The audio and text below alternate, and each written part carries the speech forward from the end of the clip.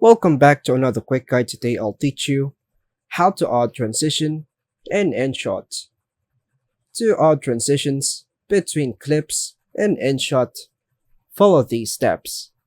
Launch the Inshot app on your device. Tap on Video from the home screen. Then choose the video clips you want to edit from your gallery. Now hit the check button. If your video consists of multiple clips, they will appear in the timeline at the bottom. Now scroll to find the mini square. Tap the small white square between two clips in the timeline. This is where you can add a transition effect.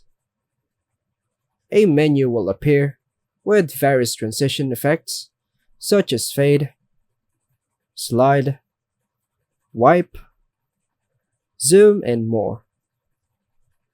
Scroll through the available transitions and tap on the one you like. You can preview the effect before applying it. After selecting the transition, you can adjust its duration using the slider to control how fast or slow the transition happens. Tap the check mark to confirm the transition. Repeat this process for other clips if you want to add transitions between them as well.